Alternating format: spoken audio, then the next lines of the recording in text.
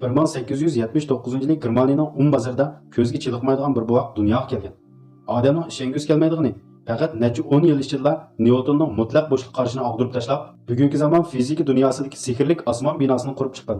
U o'ttirg'i qo'ygan nisbiylik nazariyasi hozirgacha dunyoga ta'sir ko'rsatib kelmoqda. Bu dal Albert Einstein.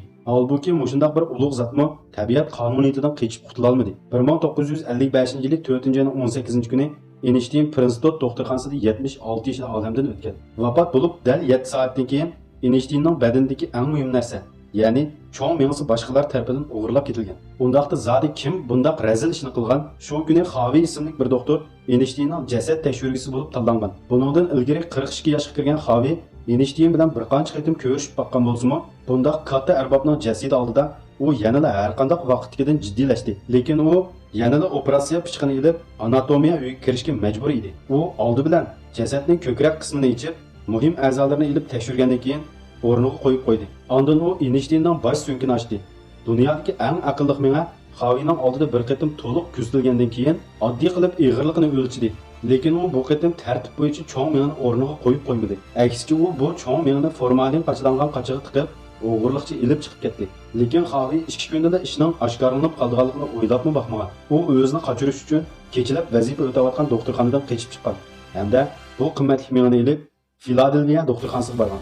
U shu yerda tajribasi mo'l mutaxassisdan birini tepib, Einsteinning cho'ng miyasini 240 parcha qilib parchalagan. Cho'ng miyani parchalagandan keyin Xavi davolash texnikasida kamolatga yetgan doktor bo'lsa-mu, Einsteinning cho'ng miyasining ig'irligini o'lchash va rasmga tortishdan boshqa hech qanday ish qila olmadi. Ammo Xavi intayin joyli odam bo'lg'achqa yanada ching turib edishni tanladi.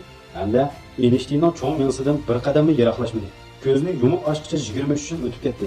Bu mezgilda nerv sistemasi mutaxassisi Marian David Xaviga nurg'un qatim telefon qilib, Einsteinning cho'ng miyasidan tadqiq qilishga bir parcha berishni o'tingan. Yana davomli 3 yil bardoshlik bergandan keyin Xavi oxir 3 sm miya to'qimasini tadqiq qilishga ishlatishga qo'shilgan. Marianmo ko'pchilikning umidini yerda qo'ymagan. 1985-yil olimlarning cho'ng miyasi, ya'ni Albert Einsteinning maqolasi jurnallarda e'lon qilinib, nerv ilmini tadqiq qilish jihatdan murakkab tajriba selishtirma qilingan. U Einsteinning cho'ng miyasidagi nerv yilimsimon modda hujayrasining odatdagi odamlarnikidan 73% ortiq ekanligini bayqagan. Bu xabar yangi bir navbatlik Einstein to'lqiniga aylanib, har qaysi taratqularning qiziq nuqtasiga aylanib qolgan. Tadqiqotlardan ma'lum bo'lishicha, Einsteinning cho'ng miyasining o'ng tarafidagi nervlarning zichligi texim yuqori ekan. Bu uning ijro qilish kuchining odatdagi odamlarnikidan yuqori bo'ladiganligidan darak berdi ekan. Bayqilishicha, yana Einsteinning matematik iqtidori va bo'shliq yakuniga mas'ul cho'qqi yaproqchisi odatdagi erlarnikiga qaraganda 15% cho'ng deb qaralgan. Buningga o'xshash ilmiy maqolalar 10 necha parchaga yetadi.